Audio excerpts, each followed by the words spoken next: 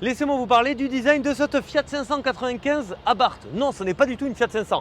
Ok, ça ressemble un petit peu, mais il y a quand même des différences. Par exemple, cet avant beaucoup plus 206 RCS que là, moi je ne suis pas hyper fan. Je trouve que ça fait un peu too much comparé à la 500 de base qui est toute ronde, toute mignonne.